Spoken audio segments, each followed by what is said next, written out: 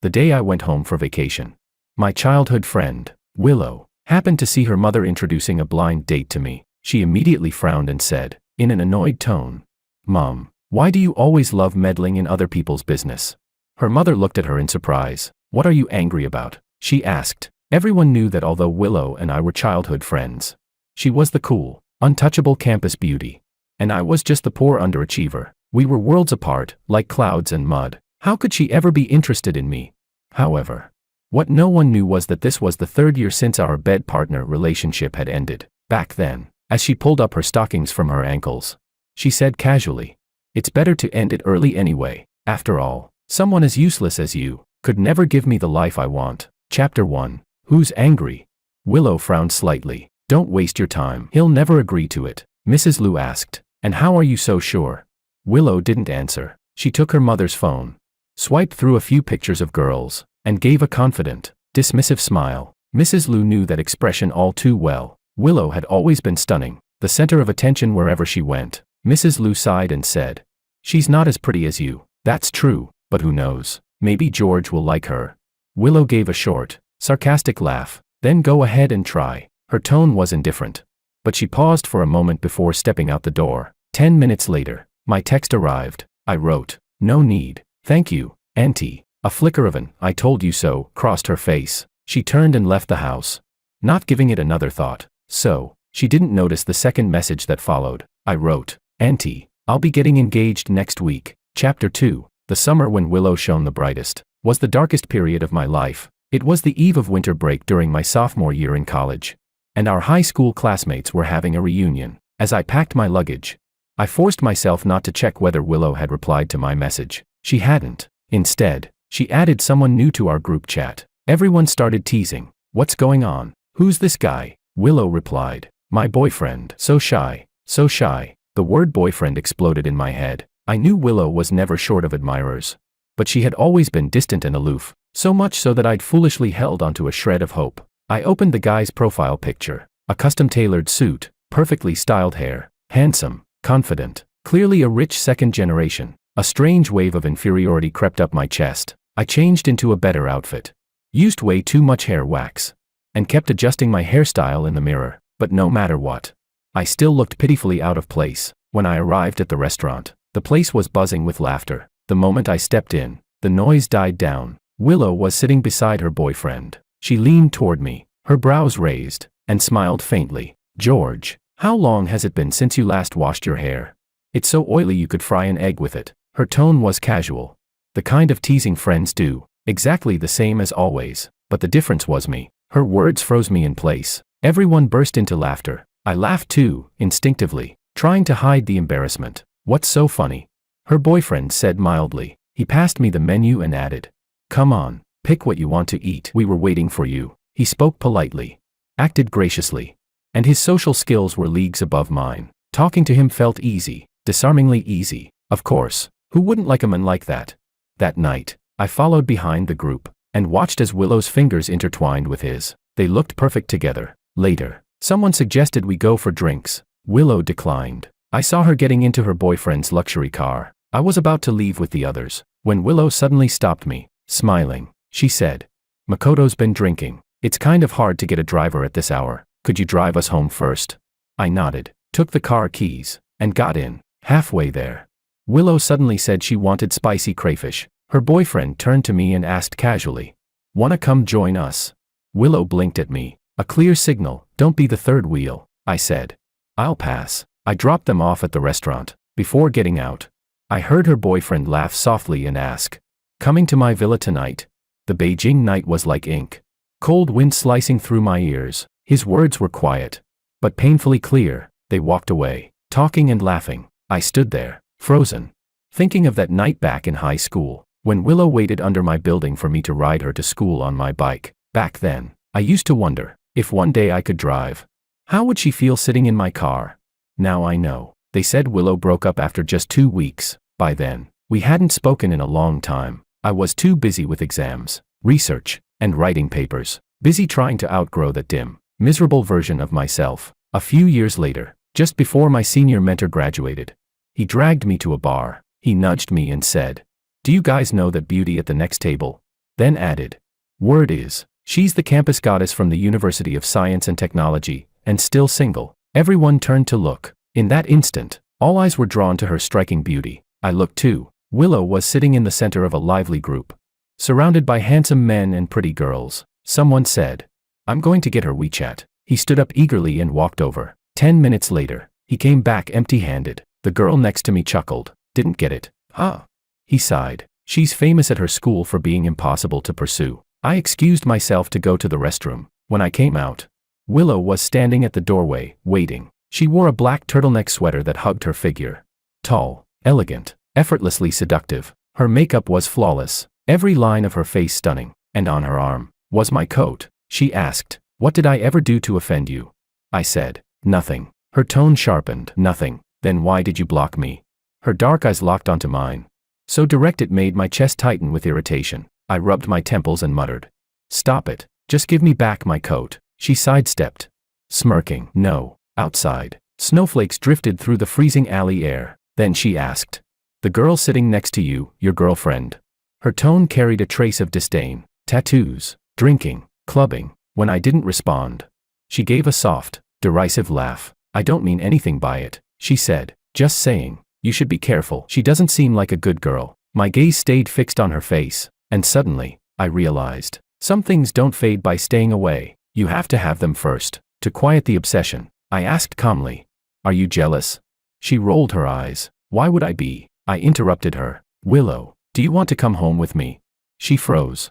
As if she didn't understand the question, I continued, "If you don't, that's fine. I'll take her home instead." I turned to leave, but she grabbed my sleeve. That night, under the first snow of November, began our secret, hidden relationship. At first, I just wanted to know, what would that proud, untouchable face look like when lost in desire?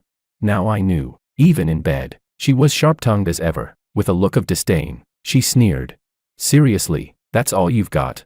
How do you even dare to ask girls out?"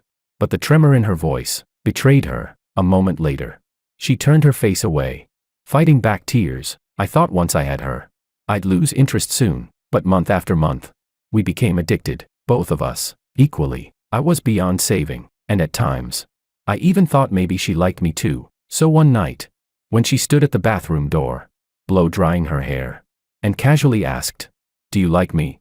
I couldn't hold it in anymore. I said, "We should stop this kind of relationship." What I wanted to say was, "and start a real one." But before I could finish, she lowered her hand. The sound of the hairdryer stopped, and in the silence, only the water could be heard. She looked at me for a long time, leaning against the doorframe, smiling faintly, her tone teasing, but her eyes empty. "It's better to end it early anyway," she said softly. "Someone as useless as you could never give me the life I want. This thing between us, it doesn't even count as a breakup. You know that, right?" The warm mist in the bathroom slowly faded, hot and cold, rushing and retreating. That was when I truly wanted to walk away. All those years with her had only made me more aware of how ordinary I was. But even a man that ordinary has his limits to how much he can bow and break. Chapter 3. I sent a message, "Auntie, I'm getting engaged next week." Willow, who hadn't seen it yet, was attending her best friend's baby's first birthday banquet. She knew I would be there today. It had been 3 years since we last met. She carelessly glanced past my name in the group chat and found herself a seat. At the table, someone said, "Did you guys hear? Anna's getting engaged." Another person replied, "No way. She's been single for so many years. I was starting to think she didn't even like men. How'd she suddenly get a boyfriend?" Someone else added, "They met through a blind date." Willow raised an eyebrow slightly at that. Today, she seemed particularly sensitive to that phrase. Someone asked, "What's her fiancé like?"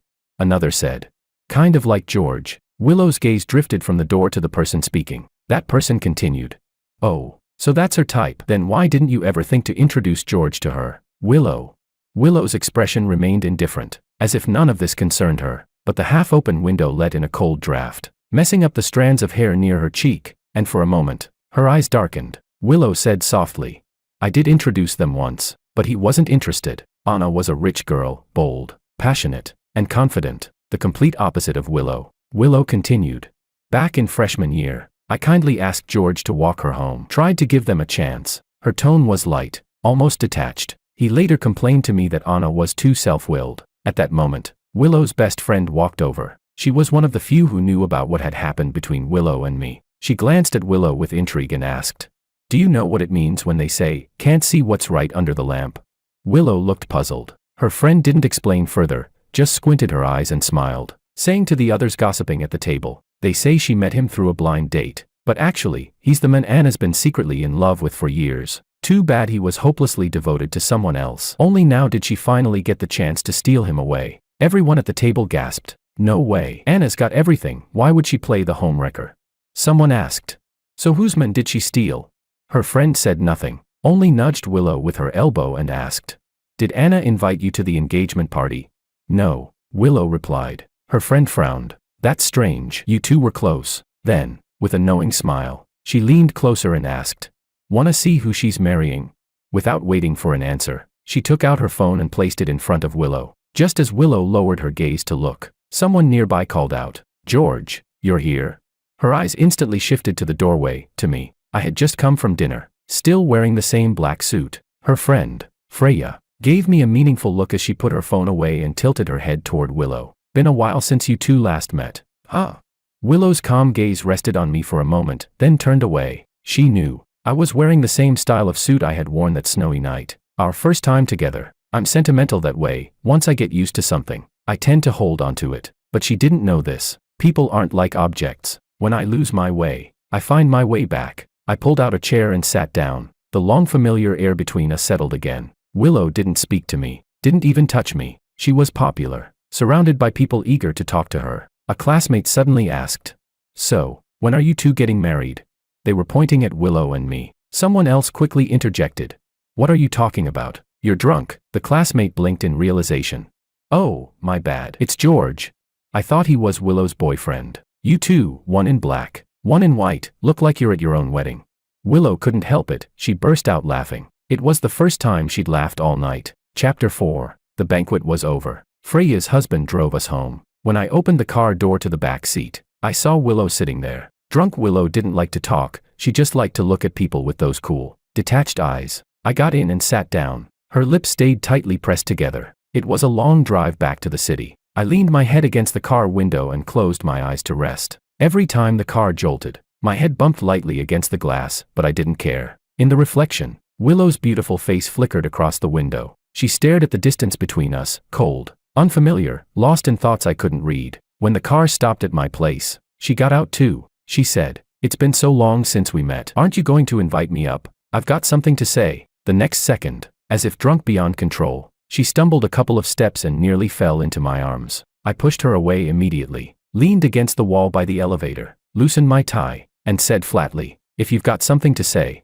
it here." She rolled her eyes and forced a careless tone. "That guy my mom introduced, he's a decent match. Why didn't you go for it?" She lifted her gaze slightly, eyes probing. "Didn't like him. Then what kind of person do you like?" She was playing her old game again, asking questions she already knew the answers to. Squinting a little, she teased, "Don't tell me, someone like me." I frowned impatiently and shook my head. "No." "Then the opposite of me. Someone like Anna." My gaze froze. She smirked. "Too bad, it's too late. She's getting engaged." Willow seemed amused by her own words, and asked casually, "George, since you're going on blind dates anyway, why don't we give it a try?" Then she lifted her head and met my eyes directly. A faint smile curved her lips. "You weren't waiting for me to say that all along, were you?" "You're overthinking it," I said. I looked at her seriously. "That day we broke up, I made it very clear. We're over, for good." She tilted her head. "Really?" Tucking her hair behind her ear, she squinted at me like she was studying a clumsy lie. Then she laughed softly and said,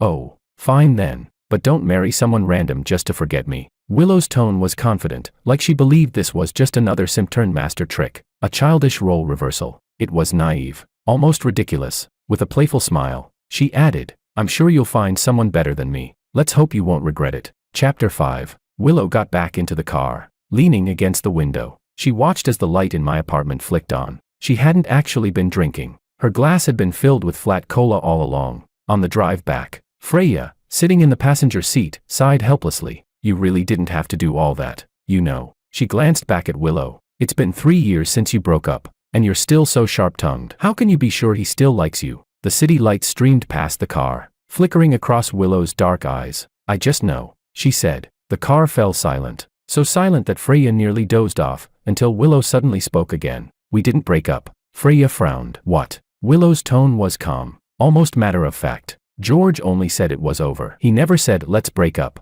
Freya groaned. Did you two even have a real talk about it? Willow let out a cold little laugh. Why wouldn't it count? Of course it doesn't count, Freya said, shaking her head. He saw you with your first love. He knows exactly what you're like when you truly like someone. Willow, don't you think you're being a bit too self-righteous? You just assume he'll always like you because he spoiled you too much back in college. He'll move on. He can fall for someone else. Willow rolled her eyes and let out a mocking laugh, clearly unconvinced. He wouldn't dare. Freya gave up arguing and changed the subject. Anna's engagement is this Saturday. Are you going? Of course, Willow said. Why wouldn't I? She pouted slightly. I just want to ask her why she didn't invite me. Chapter 6. I once thought I couldn't do it, but in the first year after ending that twisted relationship with Willow, the obsession, the feeling that no one but her would do, faded away. What followed was a monk-like calm, a period of quiet detachment. I lived alone in Beijing while my friends around me got married one after another. I had liked her for more than 10 years, and it never led anywhere. I often thought,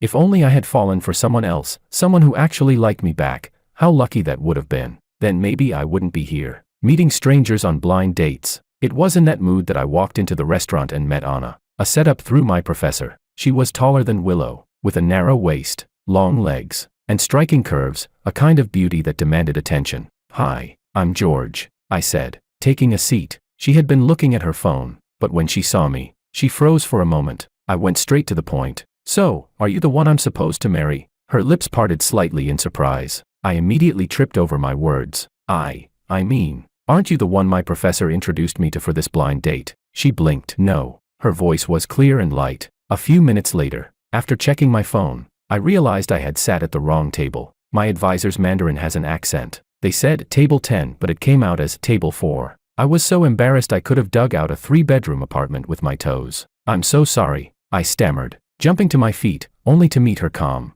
amused gaze. She was smiling. 6 years ago, you picked the wrong girlfriend, she said. 6 years later, you picked the wrong future wife. George, your eyesight really hasn't improved. Willow always thought I met Anna because of her, but that wasn't true. I hadn't seen Anna many times, but every encounter stayed vivid in my memory. The first was after school in our second year of high school. I had been waiting by my bike for Willow for a long time. She finally came out and said, "Don't wait for me. It's not like we have to go home together." She didn't want people to misunderstand our relationship. Normally, those words would have stung, but that day I said nothing. She asked, "What's wrong?" I said, "Someone from your class told me." She cut me off, impatient. "You mean that boy who confessed to me? He's from the next class over." I turned him down. "Okay." Then she snapped.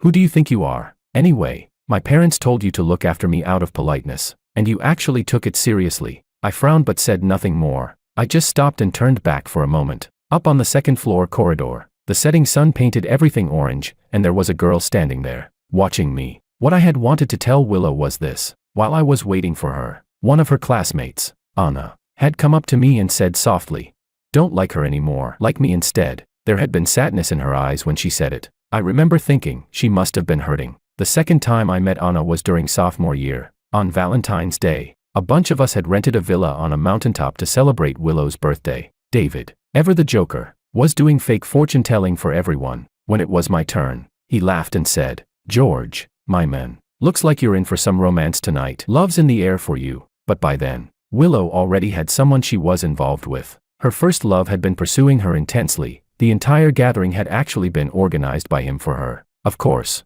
back then, I didn't know that. That night, I drove, waiting only to take Willow home. I laughed and waved off David's teasing. "That's nonsense." David, never one to back down when it came to his ridiculous fortune-telling, said firmly, "Hey, the night's not over yet. How do you know it's nonsense?" Just then, my phone buzzed. Willow's message popped up. "I want to go home. Haven't you had enough fun yet? Come out already." I turned my head and saw someone getting into a car outside the floor-to-ceiling window. I hurried out, not even bothering to put on my jacket properly. I pulled open the car door and blurted out, "So early," I thought, but the face that greeted me wasn't Willow's. Those clear, calm eyes, I recognized them instantly. It was Anna. Her expression said, "I knew you'd mistake me for someone else." She said, "I've got class tomorrow morning, so I'm leaving early." Inside the car, silence filled the space between two near strangers. I'd heard that Anna went abroad for college after high school. When I see someone I don't know well, my mind automatically replays every memory I have of them. But with her, There was only that one from sophomore year. Don't like her anymore. Like me instead. Maybe she'd only said it on a whim. With a face like hers, Anna had probably never lacked admirers. She'd have forgotten me long ago. Not sure if anyone else still needed a ride. I texted David to check, but before I could put the phone down, I accidentally tapped the voice message he sent back. His awful, raspy voice blared through the car speakers. Hey, is that Anna in your car? Bro, that's one hell of a catch. She's even on those must-date rankings. Word is she's famous for it. I wonder what it's like to sleep with her. Don't waste time, man. Take her to a hotel now. I'll block the others for you. I slammed at the screen, mortified, wishing I could throw my phone out the window. What damn ranking? I've never even heard of it. Thanks to David, I was now even more tense. The whole drive was painfully quiet and awkward. At a red light, I glanced at Anna, who was wearing earphones and listening to music. Trying to break the silence, I asked, "What are you listening to? Let me hear it too." She hesitated, then said softly, "Okay," and that was it. I wanted to sink through the floor. What a stupid thing to ask. She handed me one side of her Bluetooth earphones. As soon as I put it on, a song started playing. You should just say goodbye out loud. Even if tears start to fall, forget this heartbreak, this tangled love, once and for all. Say goodbye out loud. If you could love bravely, you can part bravely too. Such an old song. Each lyric felt like a moral lesson in moving on, and I couldn't help but laugh. You really like this song? I asked. She nodded. Yeah. Even a beauty like her listened to sentimental breakup songs. I grinned. Haha. What? Still hung up on someone? She frowned slightly, looked at me for a moment, and then nodded again. Yeah. I asked. So, if you listen to that song enough times, you'll forget, right? She didn't answer. Instead, she rolled down the window. The air outside drifted in, salty, damp, carrying the scent of the sea glowing faintly under the twilight. The night breeze wrapped around us. I can't forget, she said. My hands tightened on the steering wheel. The wind blew through the car, tangling my hair. Then I heard her say softly, "George, relax. What I said before still counts." I turned my head. Those alluring peach blossom eyes of hers were fixed on me, as if saying, "Choose me, choose me, choose me." At that time, I was at the lowest point of my hopeless crush on Willow. I had imagined countless times what it would be like if she liked me back, driving together, sitting side by side, spending Valentine's Day at the seaside, listening to music. But by some strange twist of fate, that day, it all came true with Anna. So when I got home that night, Willow called. "Well, what do you think of her? Just so you know," she added teasingly, "she's got high standards, tough to chase." From the other end, a man's voice called Willow's name. I clenched the phone, silent for a long while. Then she laughed. "Don't tell me, you actually like her. If you beg me, I can put in a good word for you." She meant it sincerely, but I instinctively wanted to hide the truth. "I don't need help," I lied. "She's too spoiled. We don't get along." The third time I met Anna was 3 years ago, the day Willow and I finally ended whatever it was between us. Willow and Freya had gone drinking at a bar. Anna was there too. "Willow, are you heartbroken?" Freya tried to stop her from drinking too much. "Who was it? Who hurt our Willow?" "No one," Willow muttered. "No one hurt me." She refused to admit anything. "He wanted to leave, so let him." "I don't care." Her friends were shocked, though not exactly sympathetic. After all, Willow had always been the one doing the breaking up, never the one being left. No wonder she wasn't used to it. It was about time she experienced what it felt like. Among them, only Anna stayed beside her, talking softly, comforting her. So gentle, so considerate. Two beautiful women sitting together, quiet, tearful, drawing every gaze in the bar. Anna couldn't hold it in anymore. She hugged Willow tightly, hiding her own face. "It's such a pity," she murmured. The others sighed. "They're so close." That's true friendship between women. Later, Anna took Willow home. She tucked her into bed, made her hangover soup, and silenced her phone. Willow slept like a baby. Only then did Anna step outside. She leaned against the wall, put on her earphones, and played that same old song again. She listened for a long time, then stared into her compact mirror. After a moment of sadness and pity, a flicker of triumph rose in her eyes. She couldn't hold back her smile. Then she called a cab, riding through the quiet, steel blue city streets before dawn. She arrived at my apartment and knocked on my door. She said, "My best friend just broke up." We both knew who she meant, Willow. I thought she was there to confront me. "So?" I asked. But she said, "I feel awful. Comfort me." Anna's eyes were red, like she had been crying. I froze, flustered. "Don't be sad," I said quickly. "It's not because of you. I just don't love her anymore." "Hey, don't cry. Please don't cry." I reached out and pulled her into a hug. Her head rested on my shoulder, trembling with quiet sobs. She looked so fragile. A few seconds later, I realized I had crossed a line and started to let go, but her slender arms looped around my neck, holding me tight, erasing the space between us. I thought she must really be hurting. Only later did I understand. Willow never had to set anything up for me. Anna had been watching me all along, waiting for her moment. Chapter 7. Just like that night at the restaurant, I was still stuck in the embarrassment of having sat at the wrong table for the blind date. I apologized. Sorry. I stood up to leave. She grabbed my arm. She looked dangerously and coquettishly forward, impossibly flirtatious. She said, "You can marry me, but I don't want a marriage that's all polite distance and surface civility. I want us to be completely, utterly in love. George, can you do that?" I don't know why. I couldn't bear to see her unhappy again. Like a person who'd walked too long through a desert, I plunged headfirst into an ocean of affection. I said, "Okay." She clearly heard my answer, but froze, staring without blinking. I was the one who finally asked, "Do you have your ID with you?" She nodded. I hadn't brought mine, so I drove her to my place. I went inside, grabbed my ID, then rummaged through my mother's room for other things. My mom came in and asked what I was looking for. Before I could answer, she started on me. "You're not getting any younger, stop messing around. Did you know Willow came by?" She stopped to help Lou's mom deliver some local specialties. She asked whether you'd go to Freya's kid's anniversary next month. "Did you block Willow?" "You too." I pulled the box out and said, "Mom." I tucked the box into my pocket, took a deep breath, and felt a strange swelling in my chest. "I'm going to marry someone who really, really likes me," I said. My mom froze. She asked, "So, do you like her?" "I do," I said. "Oh, congratulations." "Then," she replied, without waiting for her to process it. I rushed downstairs. Anna was waiting by the car. When she saw me come out, she opened the door to get in. I grabbed her wrist and asked one more time, "Are you sure you want to marry me?" She nodded. I stared at her and said, "Anna, hold out your hand." She held out her hand and I placed the family heirloom ring on her finger. That evening after we got our marriage certificate, we stood under a street lamp. It was drizzling in Beijing. We shared an umbrella. She asked, "Are you going back to school after this?" I shook my head. "The students are on winter break." She said her flight back to Paris was tonight. I nodded and said, "Okay, go ahead then." She snorted with amusement. "I mean, do you want to come with me to meet my mother?" Outside the airport glass wall, the sky had gone into that blue hour. We boarded the plane to Paris. We left this city that held too many of my painful memories. On the plane, she suddenly handed me a card. I looked at it, stunned. She said she never imagined we'd actually get married. The money on that card had originally been intended as a wedding gift for me and Willow. "Consider it the deposit for our wedding home," she said. I checked the balance on the card and couldn't help but say, "If you really give this to me, I should owe you a change my mind fee." I added, "It's crowded on the plane now. When there's fewer people, I'll do a proper kowtow to you." The week we arrived in Paris happened to be Christmas season. Anna took me to meet her mother. "So you're George," her mother said with a smile. I asked, "You know me?" "Of course," she replied. "When Anna was a teenager, her notebooks." Before she could finish, Anna quickly changed the subject. On the way back to the villa, snow began to fall. I held her hand as we walked, leaving footprints on the starlit path. We bought a lot of things, decorating the lakeside villa until it looked perfect. Inside, the heating was warm and soft. I lifted her into my arms. Her pale skin flushed faintly pink. Strands of hair stuck to her damp forehead,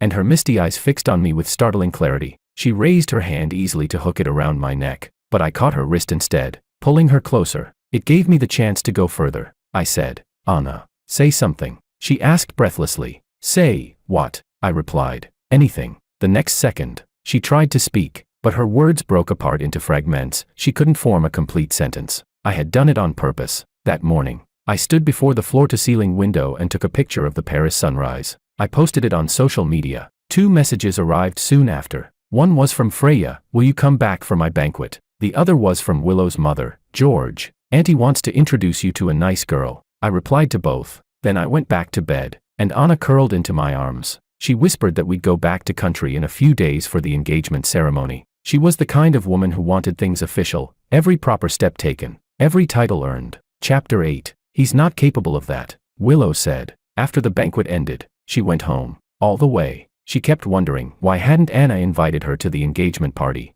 Anne, who was Anna marrying? When she got home, she saw her mother picking out dresses, clearly preparing for something formal, like a wedding. Willow leaned against the doorway, watching silently for a long time. Her mother jumped. "Goodness, you scared me. Can't you make some noise when you come in?" Willow pressed her lips together. I was thinking. She didn't explain further. Instead, she asked, "Are you going to Anna's engagement party?" Her mother froze for a moment, her expression turning complicated. You already know, she asked. Yeah. Mrs. Liu studied her daughter carefully. Willow frowned. Why are you all looking at me like that? It's just Anna getting engaged. Are you going? Her mother asked quietly. Of course. Willow stepped out onto the balcony and pulled out her phone. Even though she'd been blocked, she still remembered George's number by heart. The call connected. Are you free on Saturday? She asked. I said. Why? Come with me to Anna's engagement banquet. You still remember who she is, right? When I didn't answer, she spoke softly. I won't bring a gift, let's just count ours together as one. She paused, then added, George, you know what I mean, right? I stayed silent. For once, she was patient, until another voice came from my side, Anna's. Sorry, that doesn't work, she said lightly. He doesn't need to prepare any gift money. A few seconds passed. Willow's voice trembled. Why? She asked. It wasn't clear whether she was asking why Anna was the one answering, or why I didn't need to give anything. Anna chose to answer the latter. Willow, she said calmly, why would my husband need to give a wedding gift to anyone? Silence. Only the faint sound of breathing came through the line. Then Willow said quietly, give the phone back to George. Her voice was emotionless, almost too calm. I took the phone. She asked, when were you planning to tell me? I wasn't. I said truthfully, slowly. We were never really anything, were we? You know that, right? On the other end, Willow gave a soft laugh, cold, like a gust of winter wind slipping straight into one's heart. Her laugh carried a faint, shaky breath, half real, half broken. You should have said so earlier, she murmured. What were you so afraid of? I told you before, she added, her tone light but sharp. I hope you meet someone better than me. A pause. As long as you really love her. Chapter 9. Before the engagement banquet, Anna came to my house to meet my parents. My mom smiled warmly and said, Aunt Lou is George's godmother. She's treated him like her own son since he was little. After dinner, my mom told us to go visit Aunt Lou's house and pay our respects to the elders there too. Come in, Aunt Lou said cheerfully, holding Anna's arm as she chatted with her. I glanced toward the courtyard outside. The small pinwheel Willow and I had made together as kids still hung from the old tree branch. When I turned back, I unexpectedly met Willow's eyes. She was standing at the staircase, wearing slippers, slowly walking down from the second floor. I hadn't expected her to be home. She'd barely visited her parents' house in recent years. How come she was suddenly showing up so often? Aunt Lou laughed and asked, so you two are having a flash marriage? Not really, Anna said. We've known each other for a while. I introduced them, Willow said suddenly, slipping into the conversation with a quiet voice. And in the end, they got together, and I was the last one to know. She smiled faintly at Anna. Pretty shameless, huh? Aunt Lou didn't catch the edge in her tone. She chuckled happily, wrapping an arm around her daughter. That's a good thing. That makes you their matchmaker. I interjected. Actually, not exactly, I explained. Anna and I met back in high school, in sophomore year. Yeah, right, Willow said, rolling her eyes as she sat across from me. What did she have to do with anything back then? Anna turned to Aunt Lou and said calmly, he didn't like me at the time. Willow asked, and you're sure he likes you now? The question was directed at Anna, but her eyes were locked on me. The table fell silent for a few seconds. Willow's gaze was steady, full of certainty. What are you saying? Aunt Lou broke the tension with a laugh. They're getting married soon. Of course he likes her. She brushed the subject aside and began chatting with Anna about other things. I turned to glance at Anna. Her expression stayed composed, but I could sense her unease. Beneath the table, unseen by anyone, she reached out and poked the tip of my finger lightly. I tried to catch her hand, but missed. She wiggled her fingers slightly, teasing, her way of saying not good enough. When she reached out again, I caught her hand completely this time, our fingers interlocking tightly. That made her smile. I couldn't help smiling too as I looked up, only to meet Willow's eyes. She was staring straight at me, her gaze drifting downward. She'd seen everything. Chapter 10. The engagement banquet. Willow stood with a group of friends at the reception area, staring at the photo of Anna and me on the welcome board. They signed in one after another. When it was her turn, the person before her passed her the pen. She took it, but suddenly, she couldn't bring herself to write her own name. It felt wrong. Her name didn't belong on the guest list of this wedding. She pulled the pen back slightly, wrote nothing, and handed it to the next person. I told you so, Freya said beside her, taking the pen and quickly signing her name. Even George is getting married, becoming someone else's husband now. She watched Willow carefully, waiting for some reaction, but Willow only asked, in a dazed voice, do you think George will kiss her? Freya blinked. They're married, what do you think? Then she stopped mid-sentence, because the obvious answer suddenly looked cruel. Willow's face had gone pale. Freya had never seen her look like that before. Hey, Don't, she began. Don't what? Willow interrupted coldly. Don't be sad. She gave a short, bitter laugh. Why would I be sad? Last night, lying in bed, Willow had kept telling herself, only a lunatic would lose control at someone else's engagement party, and she refused to be that lunatic. She entered the banquet hall and stood by the door. Anna was dressed in a white cheapao, elegant and stunning. Someone raised a glass to her, and I stepped forward to block it for her. Such a beautiful bride. Someone said, George, you're a lucky man. I chuckled awkwardly. Anna's tall figure and celebrity-like face drew every gaze in the room. She sensed my look and turned to link her arm through mine, smiling back. Someone nearby said jokingly, looks like they're really into each other. Another guest nudged Willow and said, see, mutual love, right, Willow. Willow didn't reply. Her eyes followed Anna as she walked toward the restroom. Through the garden trees, under drooping locust blossoms, memories flooded back. She remembered someone once teasing her. You two in black and white look like you're attending your own wedding. Funny, she was also wearing an off-white knit dress today. So why wasn't anyone saying that now? Why was everyone only talking about Anna? Her thoughts drifted. She remembered high school, every afternoon after class. Turning back to see George waiting by the gate with his bike, she remembered that snowy night years ago, the way his hand brushed through her hair. A sharp ache rose in her chest, forcing tears into her eyes. She had only meant to go to the restroom, but her steps grew quicker, until she found herself standing right in front of Anna. Just before her hand swung out, Willow thought, I must be insane, but what did it matter? She had nothing left anyway. Why should everything be taken from her? Anna took the first slap without dodging. She knew Willow, stubborn, prideful, holding everything in. Anna had always understood her too well. She knew Willow loved, but never cherished. That's why Anna had never planned to let go. She knew too well the pain of loving someone you couldn't have. Anna couldn't help it. She laughed. Willow's second slap came fast, but Anna dodged it perfectly and said, oh no, what can you do? He's my husband now. That made Willow even angrier. She raised her hand again, but Anna sidestepped easily once more, sneering.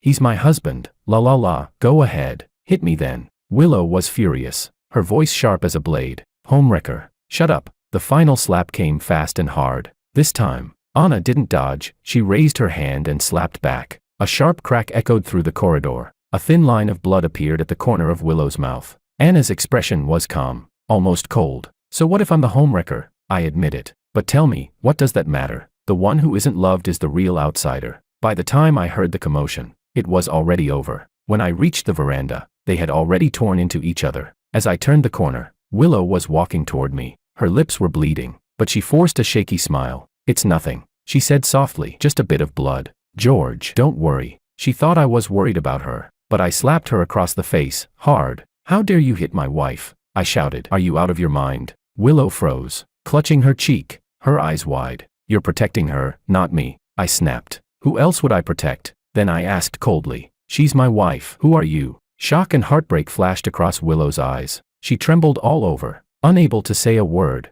I turned to leave, but she grabbed my sleeve. Her voice broke. You don't want me anymore. I'm married, I said flatly. What do you think? She choked out. We never broke up. I pressed my fingers against my brow. You're the one who said that. Willow, I said slowly. I pried her hand off mine one finger at a time. We were never really together. There's nothing to break up from. She stared blankly as I walked away, just like all those times I'd once watched her walk away from me. When I reached the veranda, I saw Freya standing beside Anna. They were talking quietly. Freya said, honestly, I've watched this whole thing for years. You know how much George loved Willow. Can you really be sure he'll love you the same way? Anna blinked, then smiled faintly, looking down. That's fine, she said softly, as long as he loves me even a little. Whatever he says goes. Chapter 11. After that day, Willow Lou ran a high fever. I heard she was hospitalized. It sounded serious. Mrs. Lou called and asked if I could go see her in the hospital. I politely declined. I was preparing to move into the apartment we'd bought a few days earlier. A few weeks later, the last time I went home to collect my things was on a snowy night, a late, unexpected spring snowfall. Someone opened the door to come in. I thought it was my mom, but it was Willow. Are you moving out? She asked. I nodded. She had lost weight. She looked like she'd rushed over, pale, snowflakes on her shoulders. Wasn't you supposed to be in the hospital? I asked. She gave a half smile. You never came to see me once. I didn't want to, I said. She didn't expect such bluntness. Her eyes trembled. She offered me a box she'd brought. You left some things at my place, she said. Inside were the letters I'd written to her over more than a decade, one after another. Willow appeared in almost every important moment of my school years. I don't want them. Throw them away, I said. If you want them thrown away, do it yourself, she replied. I picked up the box and started toward the door. She let me go, but when I reached the threshold, I found the door locked. What's this? I asked. Sorry, she said, handing me the key. I forgot. I reached for it, but she gripped the key with both hands and tugged, struggling with me. Don't leave me, please, she begged, her voice utterly humble. Her voice broke, and then I realized she was crying. She asked me a string of whys. Why, after loving me for so many years, could I say I didn't love her anymore? Why did I turn away this time when I'd always turned back before? Why couldn't I wait for her? She said she'd come back to start over with me. Now she loved me even more than she had when I first loved her. I snatched the key away. A deep disgust rose up inside me. So what? You love me, so I have to respond, I asked. Did you ever respond to me all those years? Not once. I don't have time for this, I said. I took a lighter from my pocket and set the box of letters alight. The flames danced in her eyes. She lunged forward, using her hands to separate the burning pages and stamp out the embers. Fear spread through her as she worked, ignoring the cuts on her hands until the fire was fully extinguished. The letters were already charred black. She looked up. By then, I was gone. Chapter 12. These days, work at the university had been hectic, and I also had to travel out of town for a few days with no clear return date. Anna and I had barely spoken during that time. A week later, her mother messaged me to say she had mailed something to us. When I arrived home, Anna was crouched by the doorway, unboxing a package. The warm entryway light fell over her face, outlining her in a soft, golden glow. Seeing me walk in, she looked surprised. You're back, she said, hurrying over to take my luggage. Then, with mock seriousness, she asked, do you even know how to text? I looked confused. Do you even know how to use your phone? She pressed. Of course I do, I said. She held out her hand. Then give it to me. I handed her my phone, but she didn't let go of my hand. Holding it firmly, she opened my WeChat, found her profile picture, tapped into the chat box, and typed, "Wife, I missed you so much." I was going to say, "This week," I began, but she suddenly threw herself into my arms, cutting me off. Her scent was sweet and clean, brushing past my nose. "I don't want to hear about work," she said softly, pouting. "You didn't miss me." "I did," I said. She smiled, her gaze gentle and steady, eyes gleaming like spring water. "Good," she whispered. "Now you know how to text properly." Then she stood on her toes and kissed me. "Next time, send it just like that." I'd rushed back home to spend the holiday with her. Work still wasn't finished, so I joined a meeting in the living room. Headphones on. She turned the volume on her drama down low so she wouldn't disturb me. When the meeting ended, she brought me a cup of honey water. "You look spaced out," she said. "Was it hard?" "I was just distracted," I replied. She blinked. I pulled her down to sit on my lap. "I've been thinking all night," I said. "Where should we go for our honeymoon?" She laughed and pushed me lightly. "Be serious." Then she went into the kitchen to cook noodles. While she was busy, I turned back to the half-unopened box her mother had sent. Inside was a small metal tin, slightly rusted. Within it lay a notebook and an empty Pilot pen. Chapter 13. Back in high school. During weekend makeup classes in our second year, Anna and I were deskmates for a few short days. She was distant then, cool and hard to approach. We barely spoke. During a break, a few girls gathered around my desk, chatting excitedly. They were talking about a silly trend at the time. If you kept writing the name of the person you liked with a pen until the ink ran out, your wish would come true. I thought it was ridiculous. It's not like some kind of love potion. Writing a few words doesn't make anyone fall for you. If that worked, I'd write the name of a rich woman every day and live happily ever after. Anna heard me. That evening, she bought a whole box of Pilot pens, and when she got home, she began to write, "I will forget George. I will forget George. I will forget George. I will forget George. I will forget George. I will forget George." She wrote until every pen in the box ran dry, then bought more. She kept writing, from her second year of high school, all the way through her third, until graduation. When the pages finally ran out, and everything went blank, the thick notebook and the empty pens were locked away in a rusting metal tin, unseen by anyone, until years later, when I opened it. Page after page, the handwriting was neat, every stroke earnest. When I flipped to the back, where there was barely any space left, I found a new line written in smaller, finer handwriting. "Forget it. It's impossible." The date beside it, Valentine's Day, sophomore year of college, the day she flew back from abroad to see me. I picked up a new pen and quietly wrote beneath her last words, "Happy wedding, Anna." Chapter 14. I used to ask myself again and again why I couldn't let go. Later, I realized it was because love, for so long, had no echo. But now I've finally heard it, I said. Anna. She looked up. I smiled faintly. You're really noisy. Noisy enough that the 17-year-old me, who never heard a reply, finally heard your voice at the end of my 20s.